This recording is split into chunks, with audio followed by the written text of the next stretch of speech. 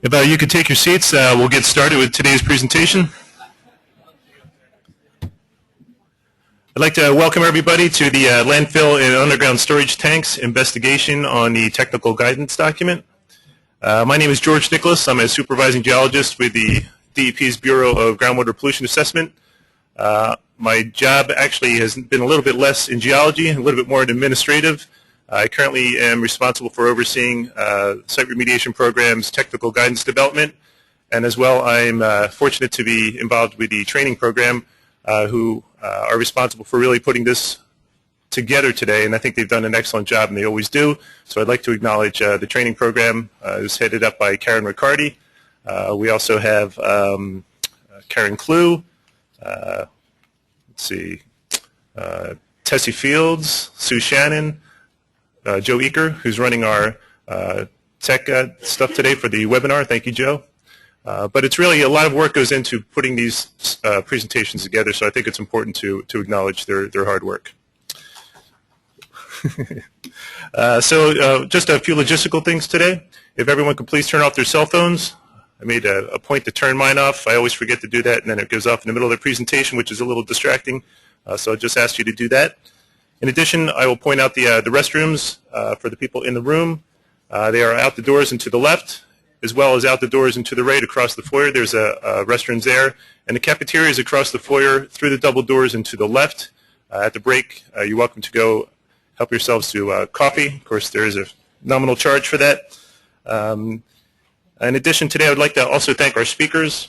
We have from the LSRPA, Sue Boyle, who's going to give us a brief overview. Sue is with GEI Consultants, and she will give us just an update on the LSRPA.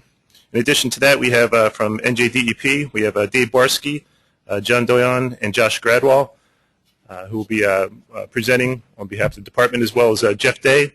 Jeff is with Land Resource Solutions, LLC. So I think we have a good program this morning. And first, I'd like to introduce Sue Boyle to give us an update on the LSRPA. Sue?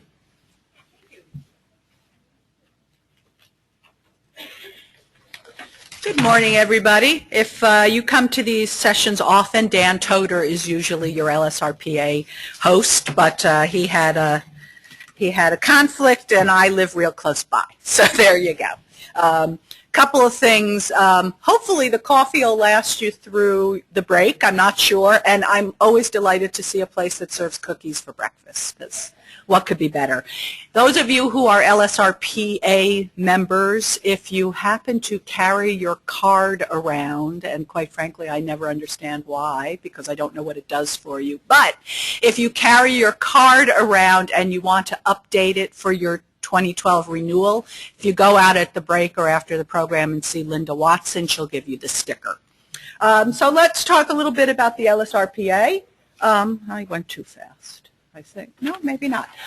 First of all, I want to thank our annual sponsors. As you all know, sponsorship is so important to a nonprofit professional organization, and we are our sponsor list is growing. So we want to thank all of our sponsors: AccuTest Laboratories, Aqua Protech or APL, Alpha Labs, AWT Environmental, Borbis Surveying, East Coast Drilling, ESI Enviro Solutions. Okay, now why isn't it working? There we go. Hampton Clark Veritech, IAL, North Star Environmental Services, Riker Danzig, and Summit Drilling. So if any of you are from our sponsor companies, thank you for your generosity. News for LSRPs, a couple of things. You all know, many of you know, that the first exams are coming up. The first exam is coming up on the 14th of May. There will be additional exams in the late summer, early fall, and then also in the winter of 2013. The LSRPA has nothing to do with the exam preparation. The LSRPA knows nothing about how the exam is structured or what's on the exam, but that's not stopping us from doing an exam preparation course, and I'll get to that in a minute. But those of you who are temporary LSRPs, you should have received a handbook from Caveat, which lays out the general structure of what will be on the exam. Using that, the LSRPA is holding its second exam prep course tomorrow at Burlington County College's Enterprise Center in Mount Laurel. So there are still a few seats available if anybody is interested in that exam prep course. See Linda Watson or see me. We held the first one on the 16th of April up at Bergen County Community College, and when both sessions are done, we probably will have had about 480 people sit through the exam preparation course, which is indicative to me that there will be at least 480 people taking the exam. I know that some people are not planning on taking the first exam. One thing that the association will do is hold exam prep courses about a month before each of the upcoming exams, and hopefully we will have learned something from the first exam, which will help us change, if we need to, the exam prep course.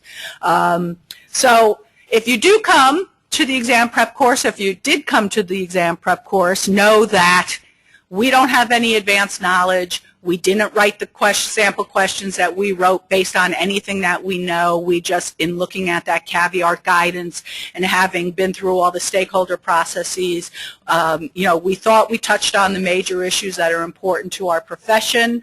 We hope we were right, but again, we'll make tweaks once we know what the exam looks like.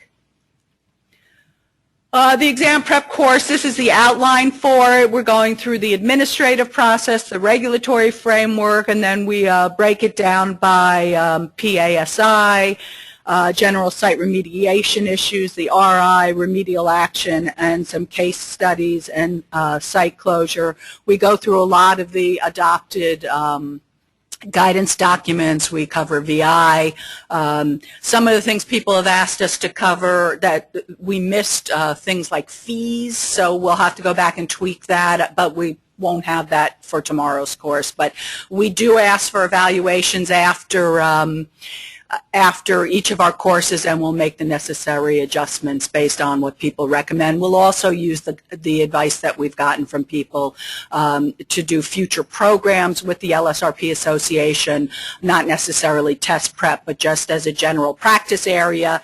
I was just talking with Eileen Snyder in the back. I mean, one thing I think that's going to be so important for the association to do as this program rolls out and everybody's getting comfortable with this new way of doing business is having practice almost self-help groups where we sit around and together and go over cases that have been interesting, cases that have been difficult, cases where we've done variances, and start getting a handle on all of that. So we share the information and everybody's that much better off because of it. We'll also use the email blast and the website and the newsletter for those kinds of updates.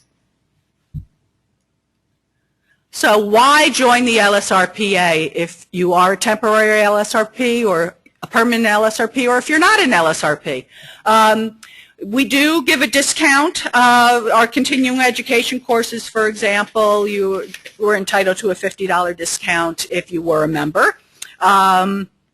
And we had preferred seating for our members, so we reserved a certain amount of spaces up front for our members.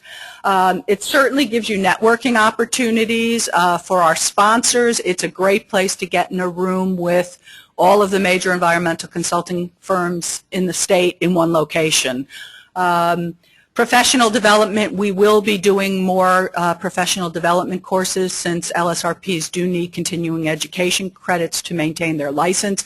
We will be holding the first ethics course, which is mandatory for all LSRPs.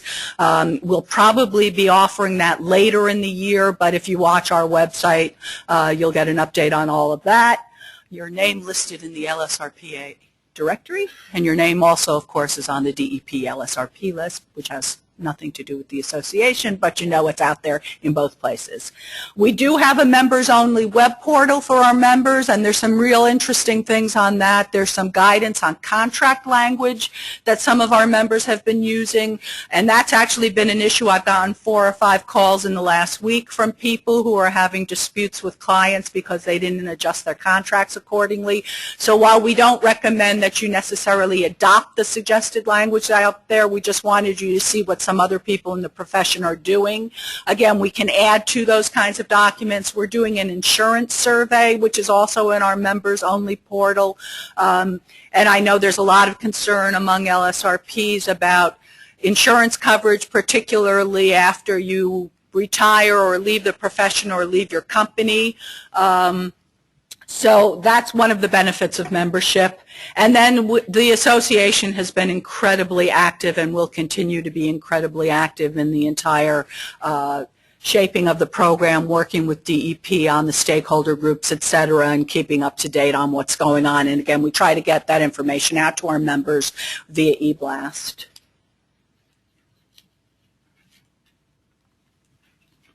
You can register online. Regular membership for LSRPs, people who are eligible to be LSRPs, is $150 a year. Associate membership, people who are not LSRP eligible, is $150 a year, and students are free of charge. And we do want to grow a mentoring program, which is why we're trying to encourage students to join. It's also probably a great opportunity networking-wise for students in terms of internships and summer jobs. So you can spread that word.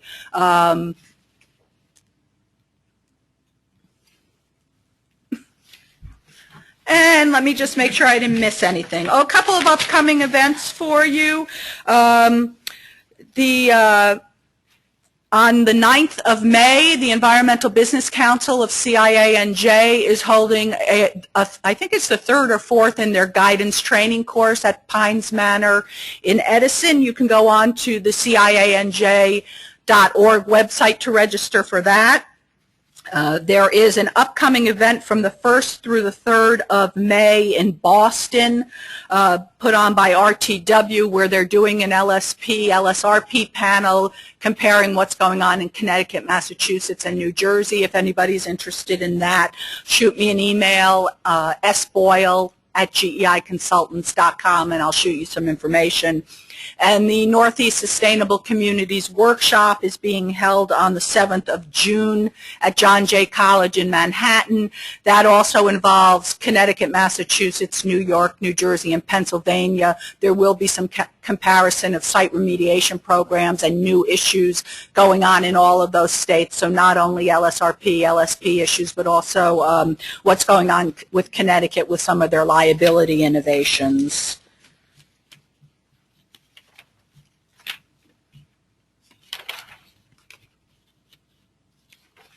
And with that, enjoy your day. You have a great program ahead. Thanks, everybody.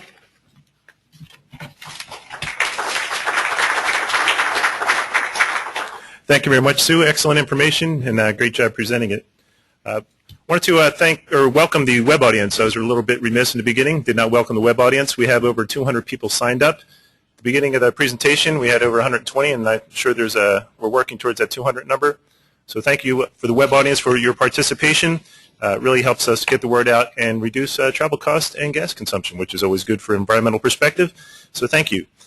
Also, because of the web, I'm bringing that up for two reasons. We also want to make sure that when we do have questions, and anyone who's been in one of these training sessions knows I'm a little bit fanatical about this, but we have to make sure that if you do ask questions, and we do have 2 question and answer periods, one after the landfill section and then one after the US section, but we want to make sure that the people on the web have the ability to hear the question. And so we'll be running mics around. If there's any questions from the audience today, please just wait for us to get the mic to you. We're pretty quick. Kathy will be mic jockey today. Thank you, Kathy.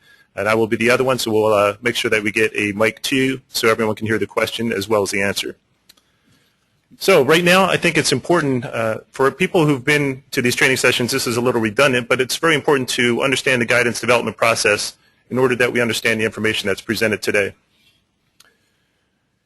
The guidance committees that were responsible for developing a lot of the technical guidance, they were composed of 2 to 3 DEP staff, actually 3 to 5 sometimes, depending upon the complexity and the size of the committee, and 5 to 7 stakeholders. They really created or brought to the table to bring a balance of technical expertise, practical application, and regulatory knowledge. And I think that all the committees, especially the ones that I've been involved of and provided oversight to, have been excellent in that respect. All of them have really focused on the scientific aspects of the subject matter and done an excellent job in bringing a balanced guidance to the table. And I wanted to congratulate the Soils Committee who are here today. They've done an excellent job of doing that as well. In addition to the people on the committees themselves, we've also had members of my team, which is just to provide oversight, to answer regulatory and management questions, and to make sure that the committees maintain progress. And they've been very good. We've actually had not many problems at all on the committee aspect.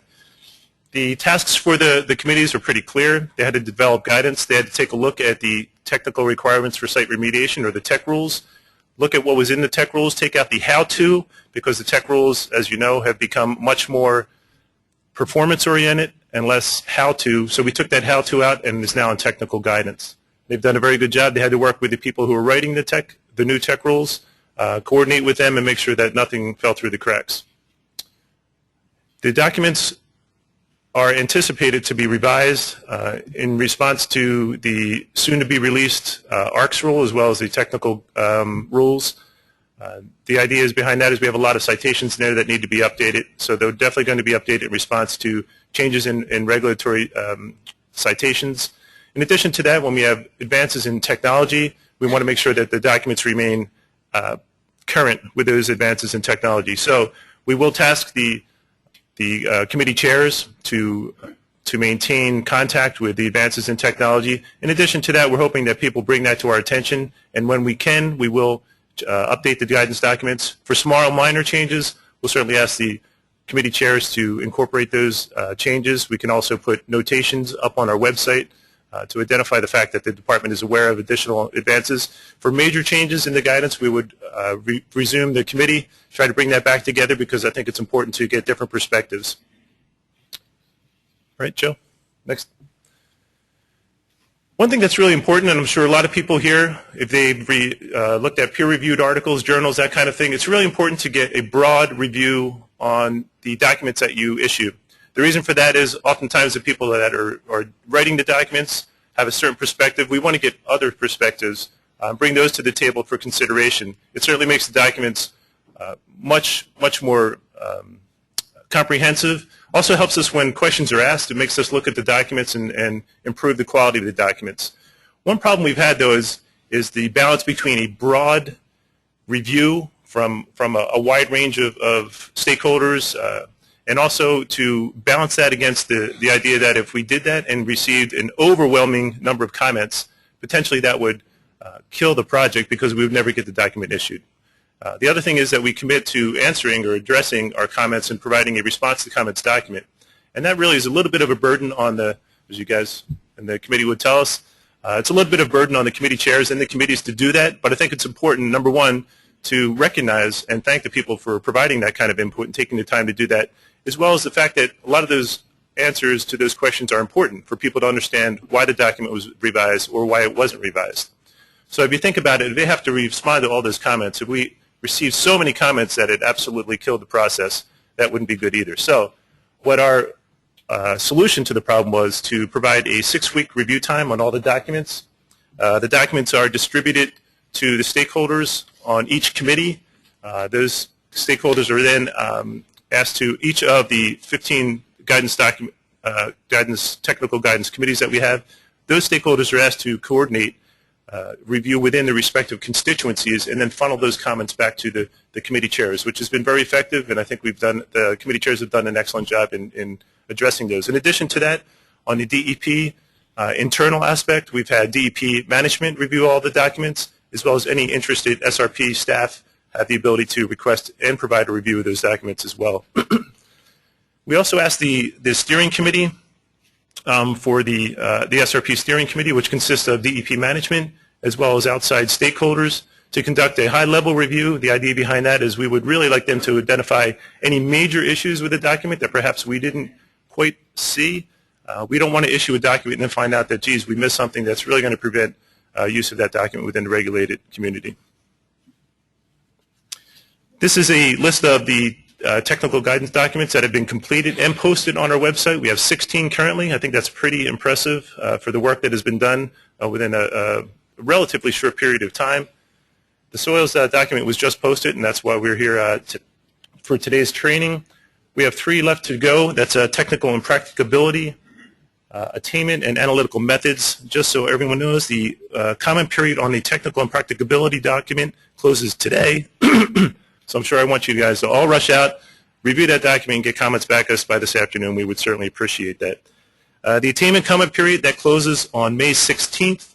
And again, we certainly appreciate all the feedback that we get on these documents. The committee takes those comments very seriously and incorporates them, or considers them and decides not to incorporate them, but we certainly provide a reason for that. All those documents are posted on the DEP website at the web address provided at the bottom of this slide. Any additional documents that we do have will be also posted on that. Joe? This is just a slide identifying the training. Today's training is up there, as well as the next training will be on Friday, May 4th for the soils site investigation, remedial investigation, and remedial action. Both of these trainings, we'll just point out, were conducted or developed by the Soils Technical Guidance Committee, of which Josh Gradwell and John Doyen are the co-chairs for that committee, and they've done an excellent job. Would also want to point out, we're not. This is unrelated to the technical guidance training series that we're doing, but we also will be doing training on the administrative requirements for contaminated sites, as well as the technical rules. The proposed rules will be coming out soon. They will be promulgated, and we will be doing training both internally for the DEP, as well as we'll have outside sessions for stakeholders. So keep an eye out for that, and please just check back on the SRP website. We have a training and tools page. We'll certainly have all those dates on there. When the technical guidance document or technical requirements for site remediation were first issued, we did not anticipate the SARA legislation, ARCS legislation, and the LSRP program. One problem that we had is that the current technical rules treat guidance as well as rule, deviation from guidance as well as variance from rule as the same thing, and we really don't do that. We don't do that within the LSRP program. They're treated differently, especially since now that the technical rules are going to be issued as a much more performance-based set of rules. Therefore, we would anticipate that the need for variance is going to be much less, and also that the deviation from technical guidance is going to be different as well, or departure from technical guidance, if you don't like the term deviation. But the idea is that when you, as an LSRP, decide to use something different, and I'll talk about that in a second, it's not going to be treated the same as a variance. So an interim period between the old rules and the new rules, the department issued this paper just to identify how we would be handling that, so that there's a little bit less of an anxious attitude on LSRPs who really need to work within that realm. Joe? So this is just to talk a little bit about the use of professional guidance and the fact that, or professional judgment, and how that relates to the department's technical guidance. If there is no DEP guidance on a particular subject, or it's considered not appropriate or necessary, because as we well know, all sites are different, and the technical guidance is written to address the majority of sites, not every site. So every site's a little bit different. So the whole idea is the LSRP is encouraged to use their professional judgment. However, in those cases, we expect them to document what was used, what was done at the site, and why it was done. And that not only is important to the DEP, perhaps if some sites do get reviewed, some sites are looked at a little bit closely, and for the DEP to understand what was done at that site, it will certainly help processing of that site. But there's also another reason. If you're an LSRP and you take over another site that was previously worked on by another LSRP, it's important for you to understand what was done at that site and why, because now you are making new decisions at that site, and you have to understand and justify what was done and what you are going to do. So I think that's important as well. The other idea is the decisions and the documentation and the explanations are really relative to the complexity of the site.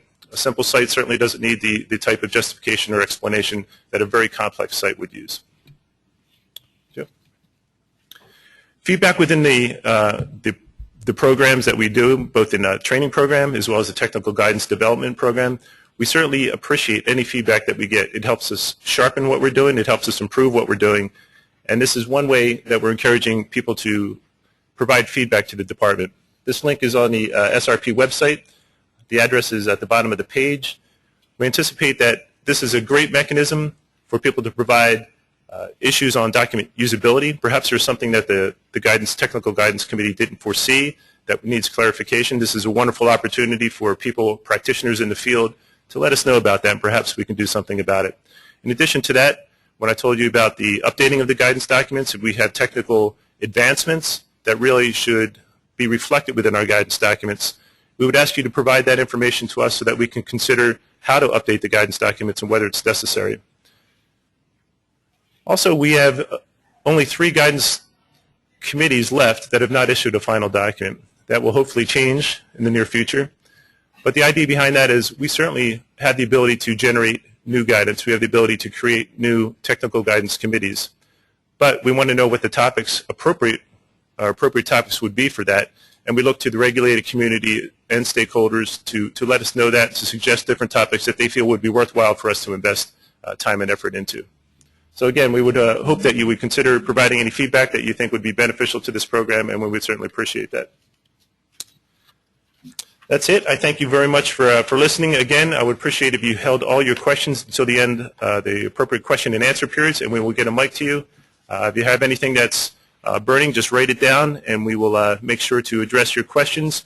If we don't get to all the questions, as we promised in every one of these training programs, please email us those questions. We'll forward them to the committee chairs and make sure that those questions are answered. In addition to that, for the people on the web, if you submit your questions, we do have your contact information. If we don't answer or get to all those questions in today's session, we commit to making sure that we get you answers to those questions within the near future, and we will email them back to you.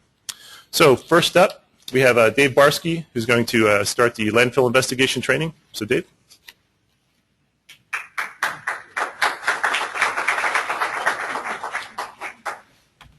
Thanks, George.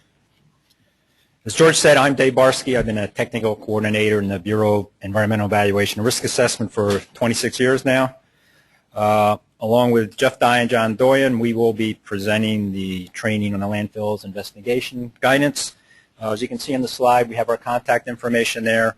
After the training, anybody has questions or whatever, you can contact us and we'll do our best to answer them. Next slide. The Landfills Investigation Guidance was developed by a subcommittee consisting of myself, Jeff Dye from Land Resource Solutions, and Kathy Stetzer from Rue Associates, who I don't believe is here, but I would like to take this opportunity to thank for their participation. One thing to note is that this guidance was originally included as appendix in the Soils Technical Guidance, but it is now a standalone technical guidance document as it covers all media, not just soil. Next slide. The Landfills Investigation Guidance Subcommittee was part of the larger Technical Guidance Committee for Soils, and the full committee reviewed and commented on the draft guidance. Next slide. Today's training will consist of 4 parts: an overview and a description of the site investigation that I will present, a description of the remedial investigation that Jeff will present, and information on radiation and radionuclides that John Doyen will present. Questions will be entertained from both the in-person and webinar audience at the end. This slide presents a brief comparison of the landfill investigation requirements in the current rule versus the proposed tech rule. In the current tech rule, the requirements for investigation of landfills are in subsections 3.12a for site investigations and 4.6a for remedial investigations. But there was no specific technical guidance for landfills. In the proposed tech rule, the requirements for investigation of landfills are in sections 3.12 for site investigations and 4.6 for remedial investigations. The how-to, as George said, from the current rule is now in the Landfills Investigation Guidance, which was posted to the SRP website on February 7, 2012. Next slide. There is a transition period until the proposed tech rule is adopted later this spring. This guidance may be used to comply with the current tech rule and SARA. After the proposed tech rule is finally adopted, you will use this guidance to comply with the tech rule and SARA. In addition, after the proposed tech rule is adopted, this guidance will be changed to support the new tech rule requirements, which should entail just minor tweaks such as ensuring rule citations are correct. Next slide. The general remediation process for landfills has not changed. As with any other area of concern, it still consists of a preliminary assessment or site review, site investigation, remedial investigation, and remedial action. Because the ALC is a landfill, it also includes the detection and delineation of waste. I do want to note that a site review is the same as a preliminary assessment, but site review is used because a preliminary assessment is only required under certain conditions pursuant to subsection 3.1b of the TEC rule. Please note also that this guidance does not provide guidance on remedial actions for landfills. Remedial actions for landfills will follow the normal statutes, regulations, and guidance to select and implement a remedial action, but this may also involve the department's solid and hazardous waste management program, regulations, and guidance. Next slide. The basis for using this guidance is knowing what is a landfill. As defined in the TEC rule by reference to the department's solid waste regs, a landfill is essentially any area where solid waste is deposited on or into land for disposal for more than 6 months and excludes hazardous waste. However, not all landfills have to be remediated pursuant to the TEC rule. Pursuant to the administrative requirements for the remediation of contaminated sites, or ARCS rule, at NJAC 7:26C-1.4A2, only landfills meeting one or more of 3 criteria must be remediated pursuant to ARCS, the TEC rule, and this guidance. These criteria are when redeveloped for human occupancy, when remediation uses public funds, or when a final remediation document is wanted. If not meeting one of these 3 criteria, then the TEC rule and this guidance does not apply. Next slide. The guidance is structured for soup to nuts investigations for larger, more complex landfills with multiple on-site and off-site impacts. Because of this structure, it's written to allow flexibility through the use of professional judgment due to the large variability in types and sizes of landfills. Variances and departures are allowed pursuant to Section 1.7 of the TEC rule when this flexibility differs from the TEC rule or this guidance. Next slide.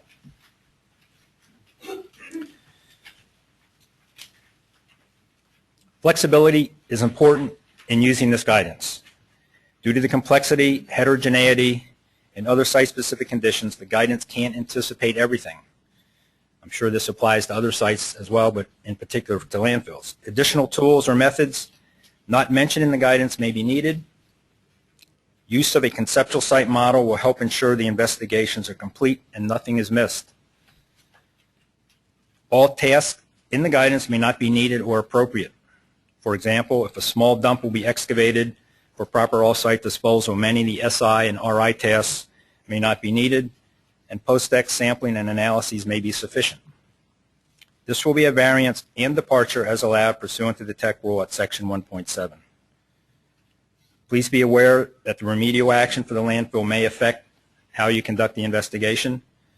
For example, the investigation may proceed differently when a landfill will be closed pursuant to solid waste regs versus redeveloped as a brownfield site. Next slide.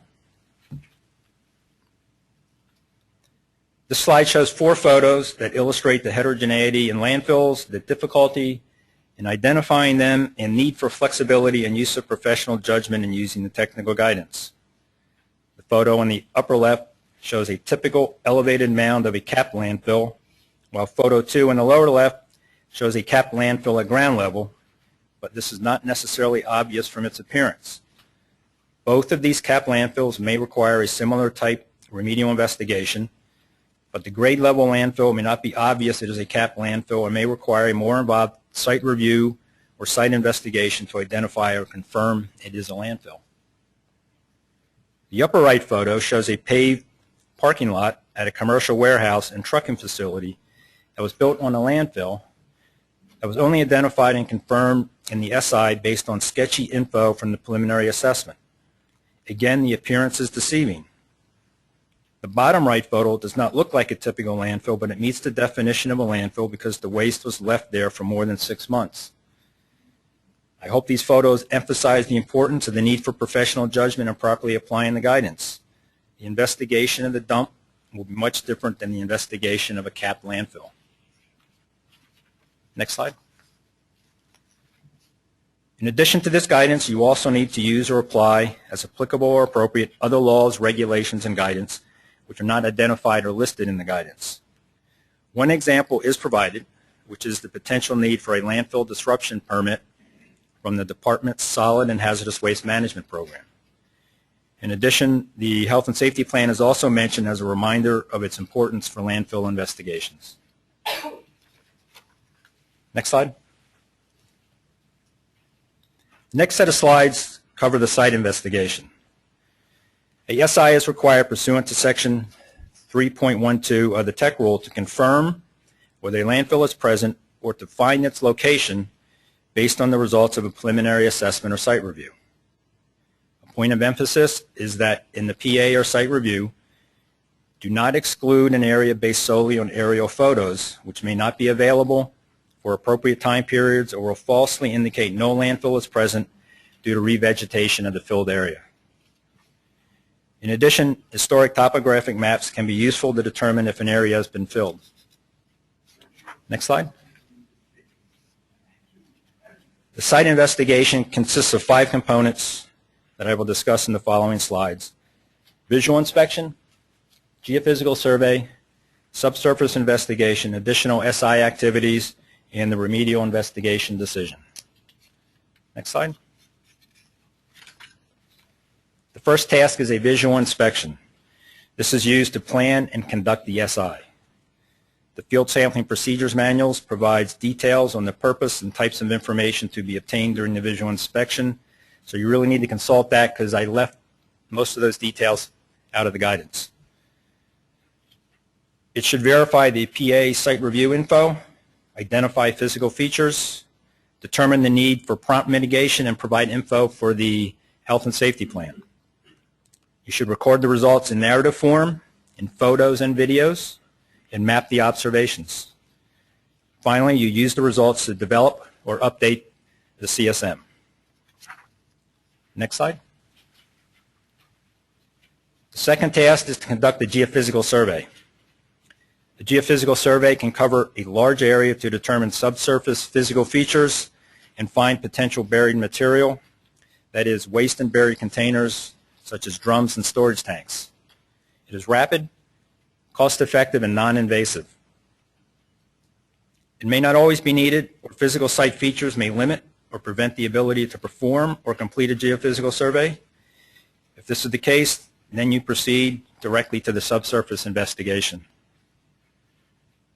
You conduct the survey by a person qualified and experienced in geophysical methods and surveys. You should prepare a work plan to document survey design and methods selected based on site-specific conditions and the nature of the waste disposed, if known. Next slide. The survey should extend beyond the suspected area of the landfill to confirm the limits of the landfill. You don't want to miss areas that may look like they're clean, but there is another pit someplace that's just past what you think are the limits. You use the results to design the SI subsurface investigation and to develop or update the CSM. If the presence and location of the landfill is confirmed by the geophysical investigation, then you can proceed directly to the remedial investigation. You include the geophysical survey report and the SI report, and if the geophysical survey is not performed, this is a variance pursuant to the Tech Rule. Next slide. The third task is the subsurface investigation. You conduct this task using test pits, which is the preferred method, and or borings to confirm buried waste is present based on results of the PA site review and or the geophysical survey. If no geophysical survey was conducted, negative subsurface investigation results will usually need a confirmatory geophysical survey due to the limited spatial coverage of the subsurface investigation.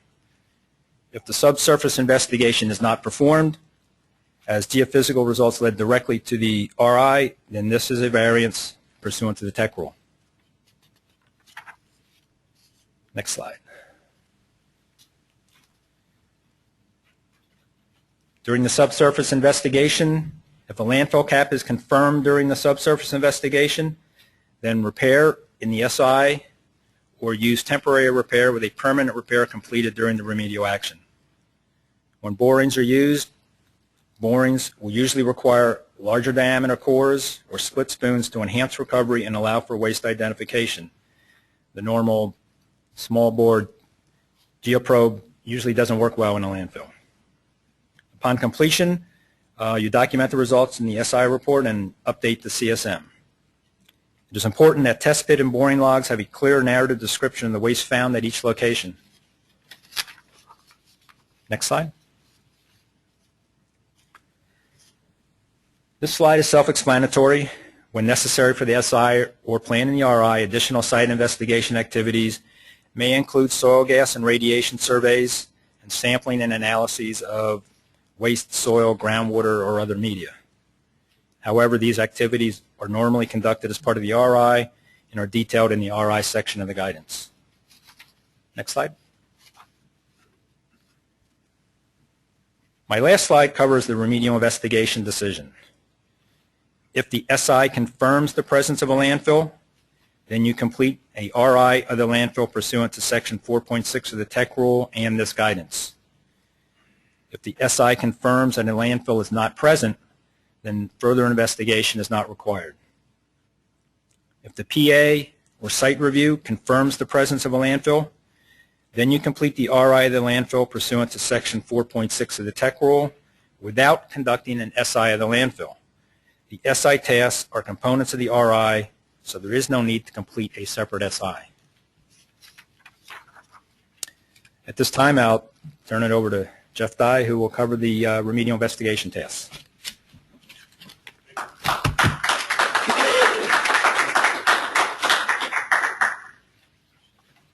Thanks, Dave. Good morning, everyone.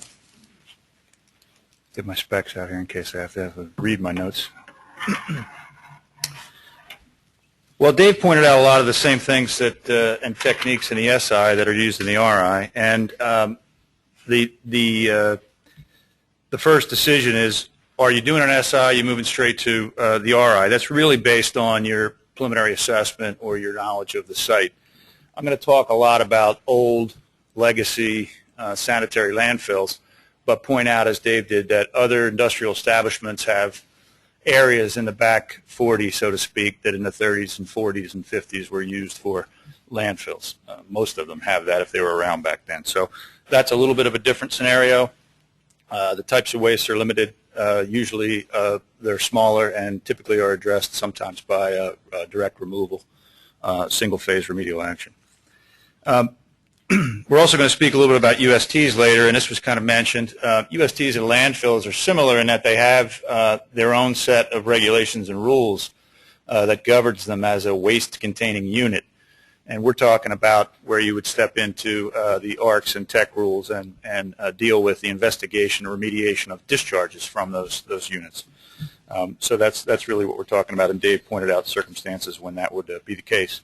This slide here demonstrates a landfill that's pretty easy to establish, and a situation where you perhaps would not specifically do a SI and plan to move directly to RI activities. Some instances, as Dave also pointed out, it's not such an easy determination, and there may be some initial SI tasks, but you're moving into RI activities pretty quickly.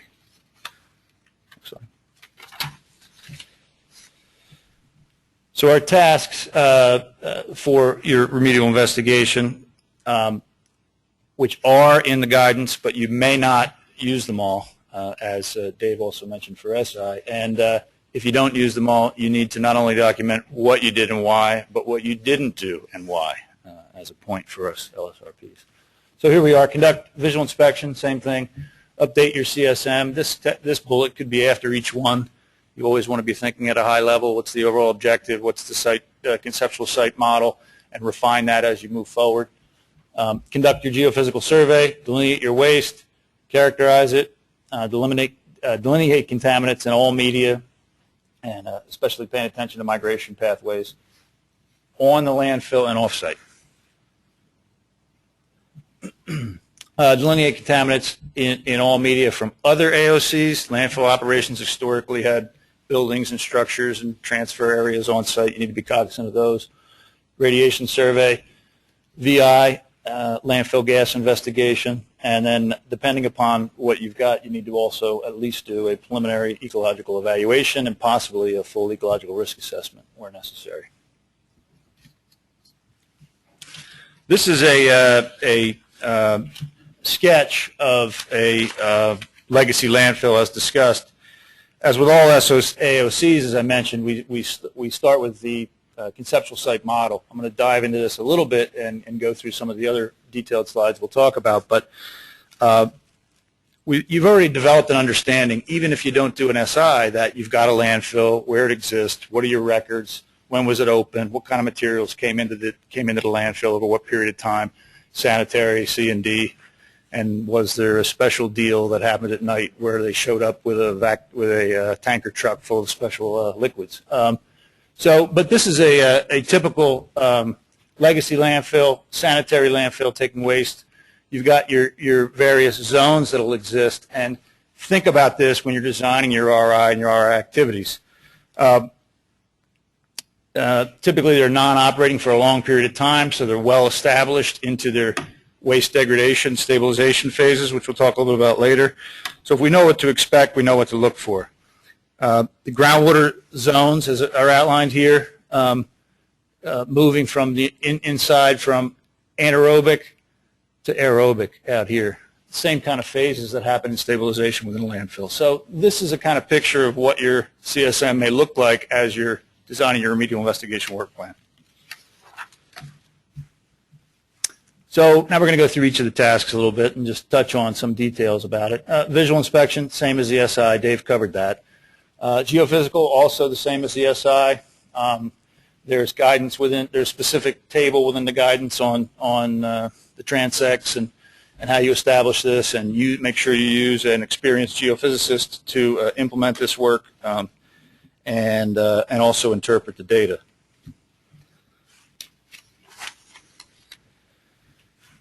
Test pits are preferred. Borings in certain circumstances where test pits aren't the practical or the best means. Again, large diameter split spoons or collection devices.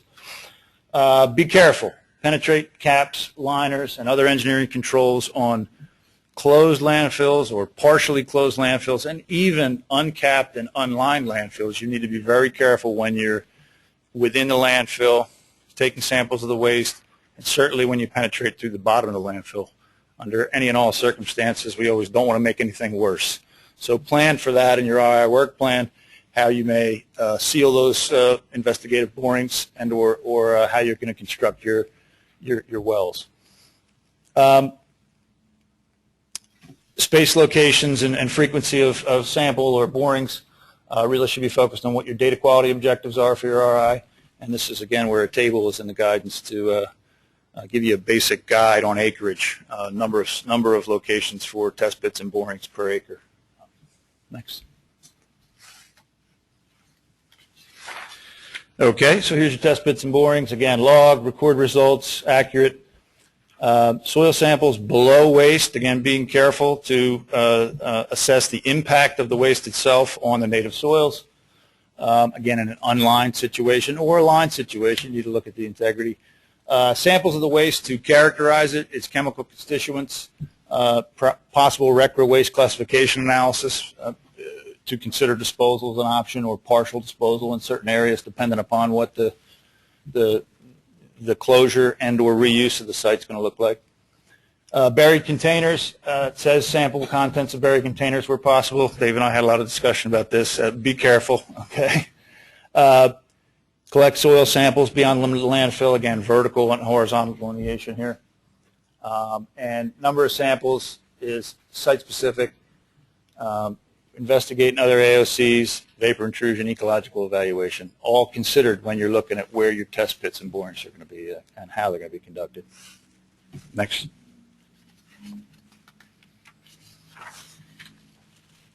Again, some landfills may have undergone complete or partial closure consistent with solid waste regulations, so you may have some engineering controls that were installed. They could be in context of a older closed landfill, deteriorated if they weren't maintained properly, and you just want to be cognizant of those. So here we're looking for drainage areas, erosion areas, and sampling those, and they would extend out beyond landfill limits. Seeps, leachate drains. You're going to have vents, possibly. So vents, test pits, borings all need to be screened.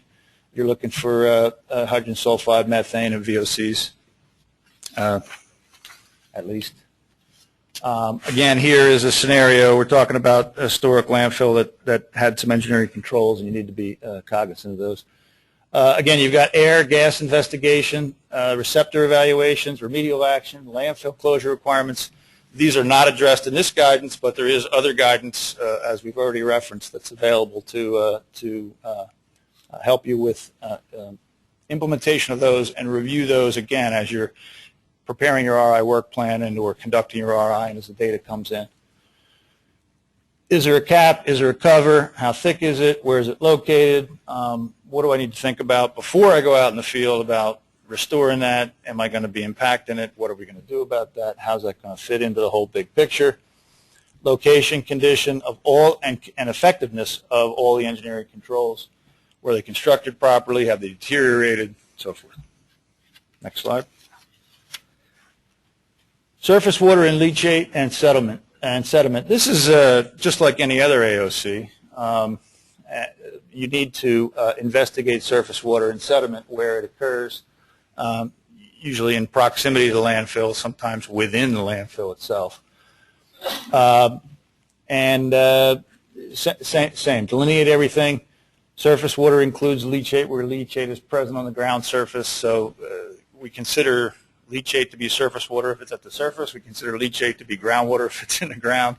Pretty simple, and they should be treated the same. So seeps and active surface water discharge from a landfill is going to be kind of looked at as surface water. More of the same. Here's your typical new set of analytical parameters which you want to look for, certain considerations on grain size and TOCs and sediment. Looking for redox sampling to be done in place as appropriate. Surface water sampling may require or may be appropriate to filter it. So we're looking at what is actually dissolved in the surface water. You can use a target set of contaminants for delineation once you've established what's present in and around the landfill with a departure for delineation purposes, limiting your analytical set once you've identified what's left the landfill or once you're delineating beyond that area. Okay, consider how the landfill geography can affect the groundwater flow patterns. This is fairly self-evident, but is common. In the mounded landfills, Dave gave us a picture of, you've got a radial flow pattern that's created by the geographical mounding transfers to the water table aquifer, so that's important. Again, be careful. Double case wells, if you're going to go through the landfill, consider how those are constructed. Consider how you're going to actually collect field data in your borings and verify depths of waste, where the bottom is, where your native materials are, how you're going to prepare that double case. Be very careful with that. Again, based on your groundwater flow patterns, you want to look at wells in all directions to make sure you establish background and upgradient conditions, which can sometimes be a little more difficult than you think it is. Delineate, again, radial flow out beyond landfills. And you can use water samples from test pits as a tool for your RI. Keep in mind they're going to be biased high for your non-volatiles and biased low for your volatile compounds. Again, leachate in the landfill is considered groundwater. Refer you to the groundwater technical guidance for investigation of groundwater. Consider these general TCL, TAL list, and then ammonium, nitrate, and total dissolved solids. Obviously, field measurements include your usual suspects. And again, a targeted set of contaminants can be used to delineate groundwater to help increase your efficiency, collect more data, and take it easy on your budget as appropriate.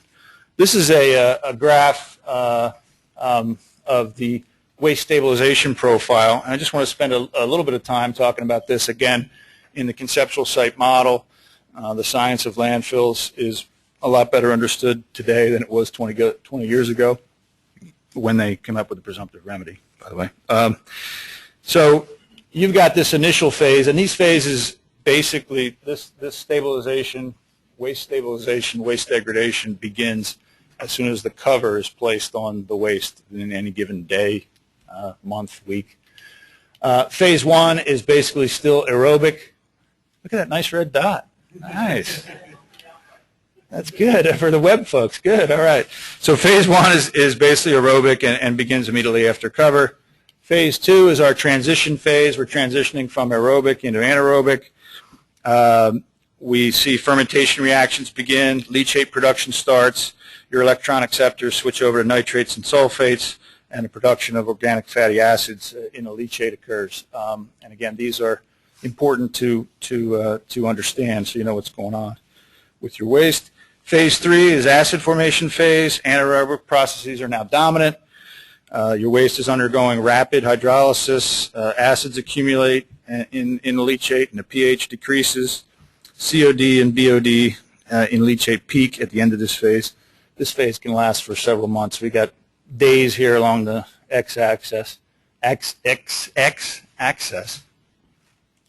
And you'll see that we've got COD production peaking here and total volatile acids as well. The fourth phase is transitioning from this hydrolysis phase into methagenesis, and methagenic phase begins. That's the initial methagenic phase, is the title of 4. Bacteria begins to consume the organic acids produced in phase 3. The pH begins to neutralize, and we see methane production begin. Production of landfill gas in earnest begins, which is primarily about 60% methane and 40% carbon dioxide. Phase 5, which is the last phase, so the longest phase, and the phase that can last for years, can and will last for years. Your pH increases back to more neutral, supportive of methane, methagenic degradation. And this is kind of a steady state. It will last until all available degradable organic material has been fully consumed, which again can take decades. And this phase is actually broken down further, which I won't discuss today, in 3 subphases as these older landfills begin to get studied and better understood. And most of these old legacy landfills in New Jersey, 800 something or other of them, are in this phase out here. So they're pretty well cooked out, and you're out here dealing with this situation, and that's just important to think about. Lastly, vapor intrusion, methane gas. Again, there's certain requirements in the solid waste regulations to conduct an investigation relative to this, depending on how you're going with this use of this landfill or closure of this landfill. And there's additional guidance that can be found on these, but certainly also in the appropriate situations, you've got a vapor intrusion investigation that needs to be done, and that guidance everybody knows about. Get that TIG out of there so I can still call it the VIG. And as we mentioned before, ecological evaluation for sure, possible ecological risk assessment depending on situation and your proximity to those type of receptors. Landfills seem to be located in and around and near surface water, so there's usually some ecological receptor evaluation and or assessment that needs to be done. Now I'd like to turn it over to John Doyen, and he's going to talk a little about radioactivity.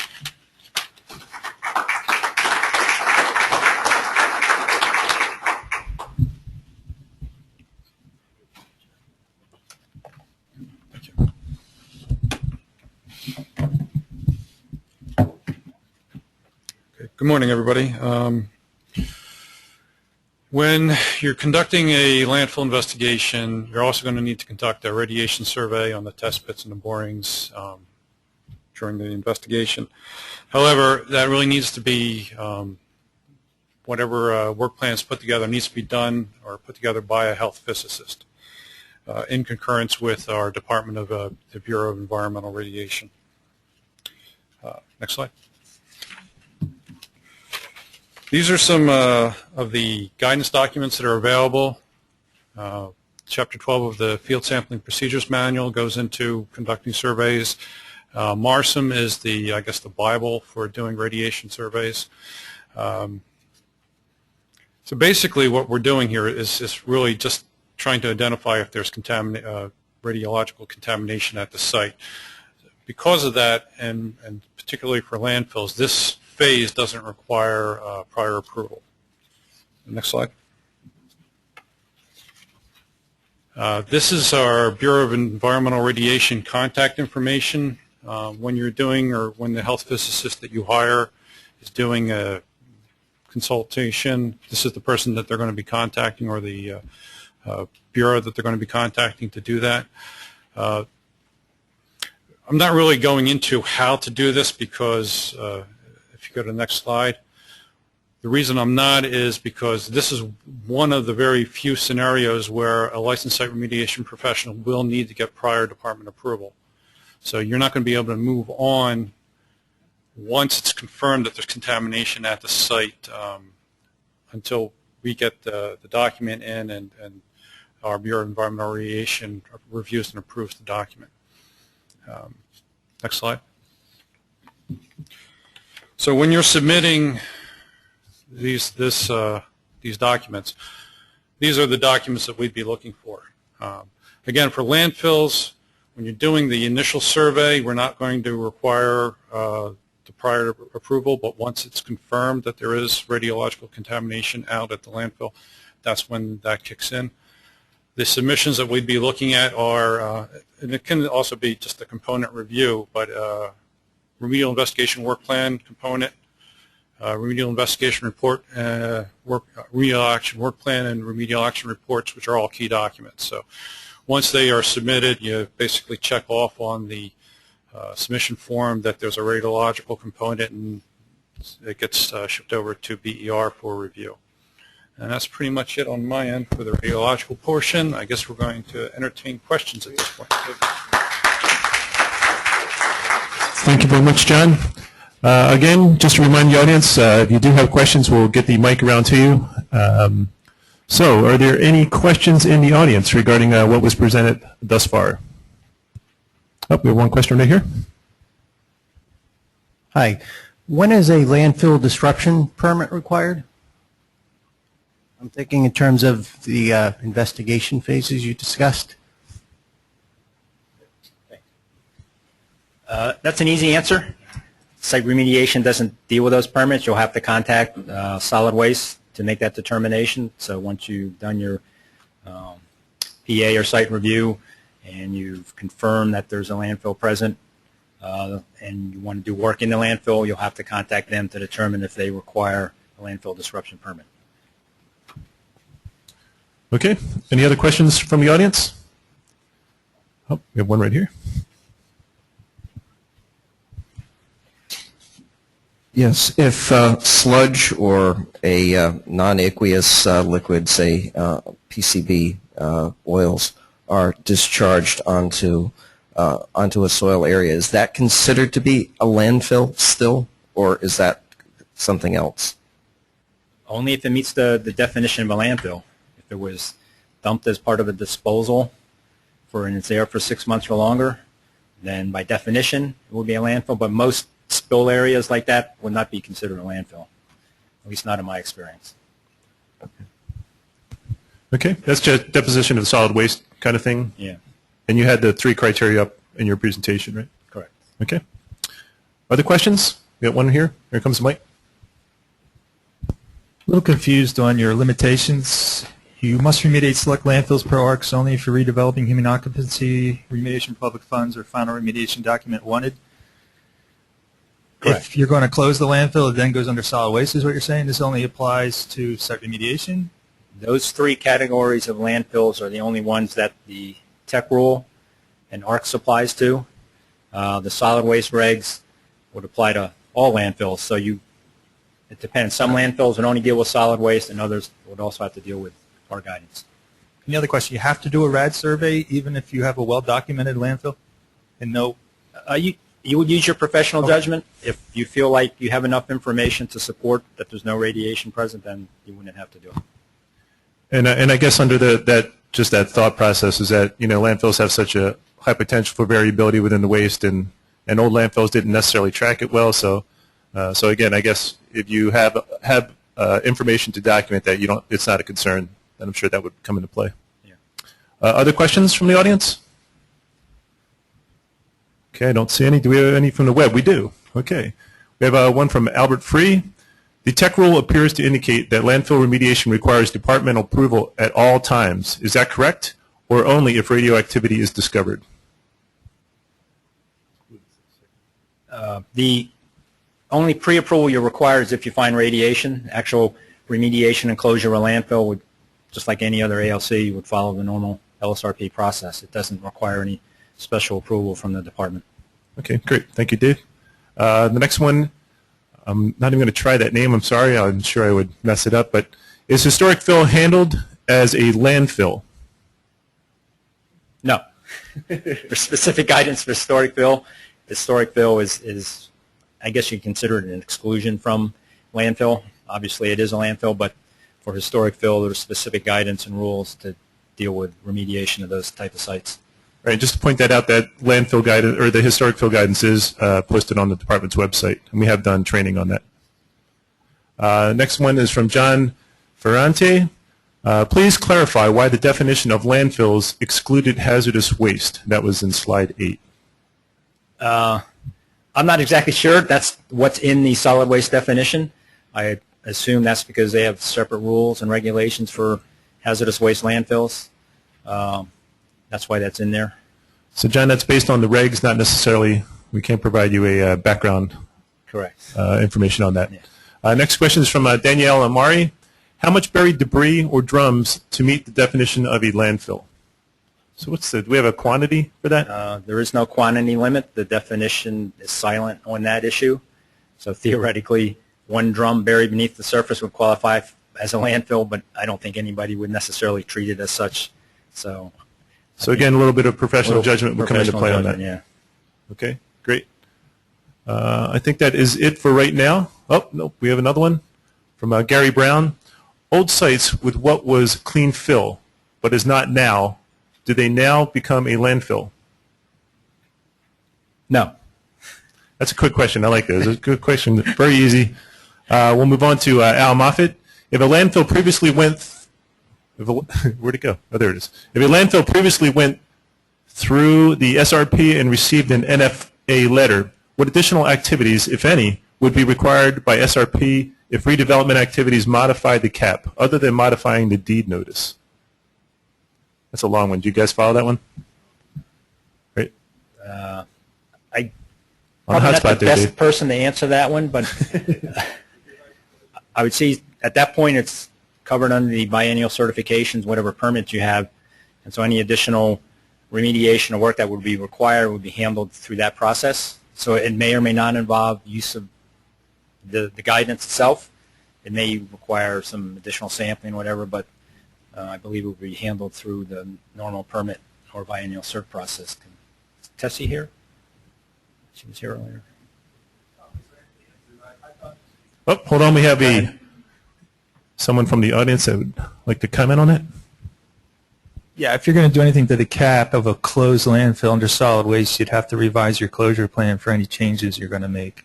Yeah, if it was closed under solid waste regs, then solid waste would have a disruption permit that would deal with that. Correct. Okay, thank you. Any other questions from the audience? I think we have one more up here, but we got one back here. All right, Ron. Does the guidance cover odorous emissions and impacts from the landfills? It does not cover it directly unless it was, some chemical that would show up as part of your VI or methane gas survey. I believe there are provisions in the solid waste regs that deal with odors. That's not something that the tech regs currently deal with. Okay, so they're not specifically called out within this guidance. Correct. Any other questions from the audience? Okay, looks like we have one more here from Suzanne. The answer regarding disruption permits appears to imply that such permits are not important in SRP cases. This is not true.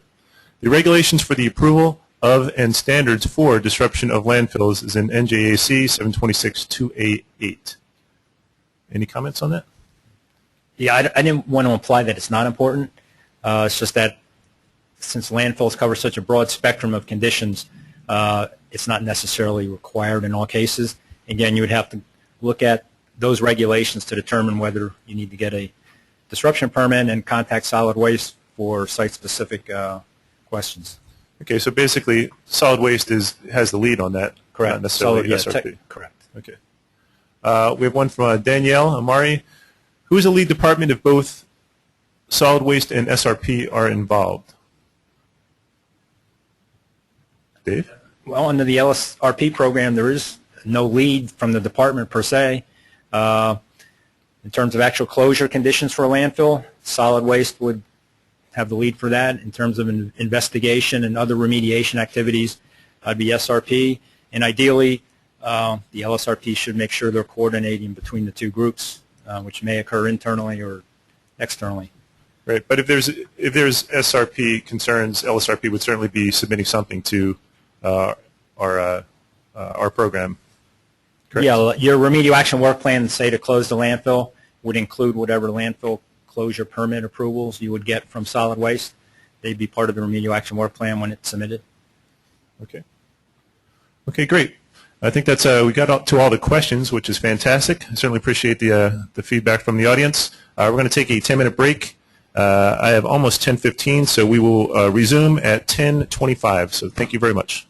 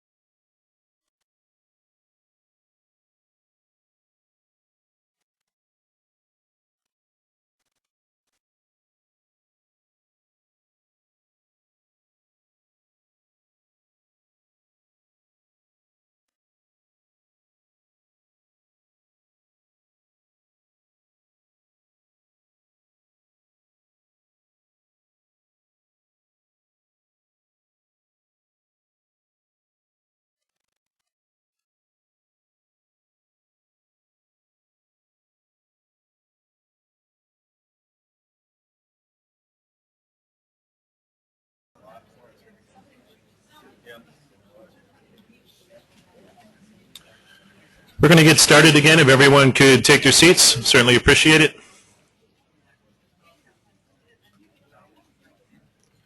Joe, we live? All right, good. At this time, I'd like to introduce John Doyen and Josh Gradwell, who are going to talk about the underground storage tank investigation technical guidance. So, Josh, John? Thank you, George. What's up? Okay, we're going to be talking about underground storage tank investigations, and unlike the landfill investigation portion, we're only addressing the site investigation aspects of the underground storage tank investigations. Next slide. This is the Soil Investigation Committee, the names and affiliations. I'd like to thank everybody that was on the committee. Really, it was a great committee, worked well together, and I think we accomplished a lot with them. So thank you. If any of you guys are here and were listening in. Also wanted to say that this was initially was part of the Soil SIRI-RA committee, part of the document, but the committee decided or felt that it would be better to have this document as a separate document so we could incorporate groundwater issues along with it. Next slide.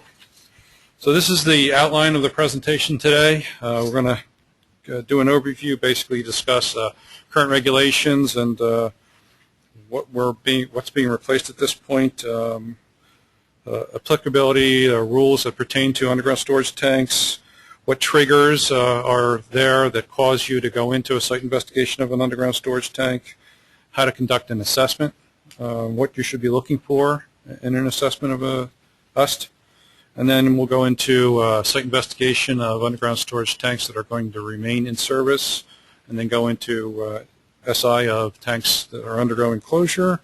We'll talk a little bit, it's not on the slide, but a little bit about groundwater triggers, and then soil reuse and piping issues. So, next slide, overview.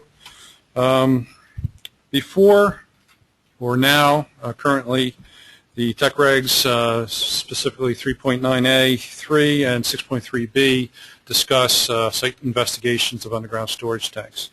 That's the what and the how to. So the moving forward, I guess as of May 7th or May 8th, the tech regs actually only talk about underground storage tanks in the definitions of AOCs. After that, there's really no mention of underground storage tanks. So all of the how-to that was in the regulations is now in the guidance. Next slide.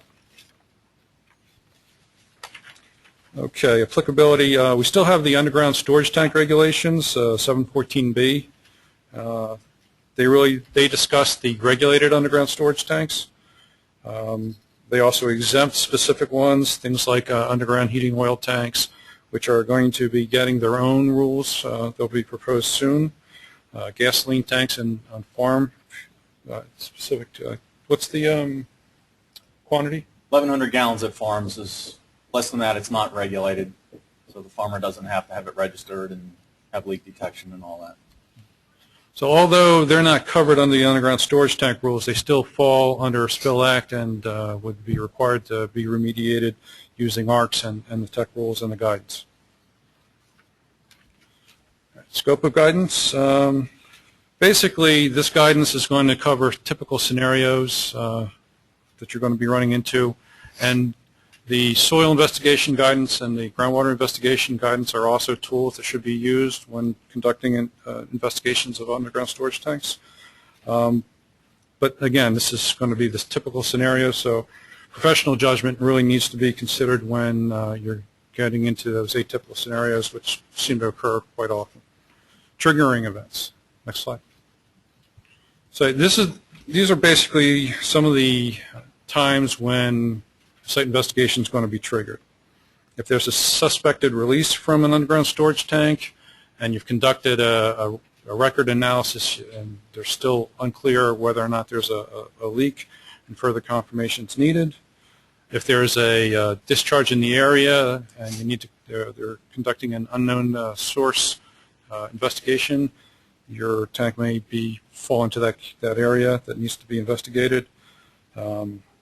If the tank is taken out of service, temporarily out of service for more than a year, there are circumstances where a site investigation would be required. And if you're switching the substance in the tank from an unregulated to a regulated to an unregulated substance. Also, ISRA triggering events can cause or require site investigations, as it will us closures. I want to add a few things to that we see are missed frequently is on the us taken out of service for more than a year. The UST rules allow for that tank to stay out of service for greater than a year, but you need to have conducted a site investigation before the year is up and submit a report to the DEP 30 days before the year is up. We get reports coming in 2-3 years after a tank has been out of service asking for an extension. And that's too late. You need to have this done by the first year. So under the new LSRP paradigm, you would be doing a site investigation, potentially issuing an RAO, and then requesting from the DEP approval to leave that tank in the ground out of service beyond 1 year time frame. Maybe you're trying to market the site for sale, and the potential buyer is going to need that tank, so you don't want to take it out of the ground, but you're not using it. The other thing is the substances stored going from regulated to non-regulated. Another error we've seen frequently in the past is with your heating oil tanks. The rules discuss aggregate heating oil storage over 2,001 gallons. So let's say you've got 2 tanks at the site, a 1,000-gallon tank and a 1,500-gallon tank. Both those tanks are regulated. You decide you're going to take one of them out, take the non-leaking one out because you don't want to look at the leaking one. Both those tanks are regulated. So let's say you take the 1,500-gallon tank out. The 1,000-gallon tank is still regulated until you do an SI and prove it's not leaking. Then you could delist the 1,000-gallon tank and say, my storage capacity at the site is less than 2,000 gallons. This tank doesn't have to be regulated under 14B anymore. So there's a couple points to think about if you're doing work at a site and a responsible party decides he wants to take one tank out and thinks he's going to be free and clear on the other tank. That may not be true if there are 14B, the UST rule requirement still in effect. Next slide. I'm switching over to Josh at this point. He's already here, so. We're going to talk about the assessment of tanks that are still in the ground and what needs to be done. Next slide, Joe. Thanks. Some of the things you need to think about and describe in your reports are description of the UST system, its location, sizes, type of piping and dispenser. Is it above the tank? Is the dispenser remotely removed from the tank so it's a separate area of concern? Do you have long piping runs? Or again, is it a straight up shot from the tank to the dispenser? What are the tank and piping made out of? Is it fiberglass, metal, some other sort of composite plastic that was approved by the feds and the DEP to be used at the site? What kind of leak detection methods has the site owner been using since those requirements became into effect? How deep is that tank to the bottom of it? Is it going to be below the water table, above the water table, which rolls into the next thing, which is the approximate depth of your groundwater at the site? Next slide, Joe. How old is that tank system? Is this something that was installed in the 50s, or was it installed after the 1998 upgrade deadline and it's a relatively new tank system? What type of piping dispensing do you have? Is it, oh, I'm sorry, I'm wrong slide. Type of product stored in the tank during its entire life. I have seen sites where we had a heating oil tank that was taken out of service because they converted to gas, and then they started using that as a waste oil tank. So you got to look at, you got potential different parameters for analysis. You can't just say, well, today it's waste oil or something else. In the past, it might have been used for something different. Maybe it was a gas tank or a diesel fuel tank. You're looking at your net product and losses for your leak detection results and discussing that. You know, we knew we had a 50-gallon loss 10 years ago. Was that ever assessed, remediated, et cetera? Records for tank testing, you know, were they maintaining their leak detection monitoring, doing tank tightness tests or other things that were required by the UST rules? Also discuss depth of that tank. Is it 2 feet below ground, 8 feet below ground? What's the overburden made or consists of? Is it, fill material that might be corrosive? What's at the surface? Are we talking about a paved area, unpaved area? Next slide, Joe. Looking at the type of piping dispensing you've got there. Is it a suction system, an American or European suction? Because that's going to dictate the type of sampling you do. With American suction, the check valve is down in the tank, and if the piping starts to leak, let's say in the middle of the piping run, the line will drain back to where the leak is, and the rest of the line will stay primed. So you could potentially continuously have a slow leak because of an American suction system. With the European suction, the check valve is up at the dispenser, and if the pipe actually does form a leak, everything just drains right back into the tank immediately. And both the US rules and the federal rules allow for piping sampling exemptions if you have European suction system versus American suction. Of course, it could be a pressurized system, and then all bets are off. You really need to look at that for potential leaks because you're pumping the liquid from the tank level. You're not drawing it up at the dispenser level. So it's under pressure. You could be spewing it out all over the place. Was any part of the US system repaired or replaced? And if it was, why? Did we have a leak that was repaired, but the leak was never remediated? I should say discharge, because a leak is different than a discharge. Did you have reported discharges from the system, and were they remediated? Remedial activities, have there been past remediations at a site related to this tank system that you're looking at? And what was the cause and source of those releases? Did you have spill buckets that had bad fittings, overfills? We've seen many gas stations where the site owner rams a stick down the fill port to override the overfill protection, and that allows for overfills of the tank system. You may have spillage on the ground because of the guy intentionally overriding his overfill. These are all things that need to be discussed to determine your sampling frequency at tank systems. And we're going to get into some of the site investigation requirements. Of course, safety first. Before you're going to start any sort of activities, make sure you take all the necessary precautions to either inert the tank system if it's going to be coming out of the ground, or identifying whether there's any utilities, etc., near the tank system that you don't want to be poking holes through, and following the recommended practices in the New England Interstate Water Pollution Control Commission publication, Tank Closure Without Tears. It goes through inerting tanks and other things like that so that you don't cause a discharge while you're doing your work. Just go back for a second. The hyperlink here, or the URL address, will take you to the catalog where you can purchase that document if you're interested. Within the tech regs, Table 2.1 still exists and will exist after the conversion to the new rules in a couple weeks. Here's Table 2.1, a portion of it, that discusses what you have to sample for. Again, this hasn't changed. If you're dealing with gasoline, you're looking at VOs in the soil and VOs in groundwater, and then number 2, fuel oil. You're looking at your EPH and methyl naphthalene, naphthalines, and then VOs and ticks in groundwater. So make sure you understand Table 2.1. Of course, you need to understand what you're dealing with when you're out there. Is this a tank that was always been gasoline or always been diesel fuel, or have we had a changeover? I've seen that, gone out to facilities where they weren't selling any diesel fuel, so they've converted the tank over to gasoline because they're going to start selling that, and we caught it because they still have a line leak detector that's appropriate for diesel fuel, and we've had to tell them, you're not doing leak detection because you've got a diesel fuel line leak detector on a gas tank. So there's a situation where at one time you knew he was using diesel, and now he's got gasoline, and the sampling parameters are going to be different. So again, that's important, where you need to know the history of the storage of that tank system. If you don't know, so you've come across a rogue tank that nobody has a clue what it was used for, the guidance requires you're doing target compound list or target analyte list plus hexachrome, TPH or EPH, and pH.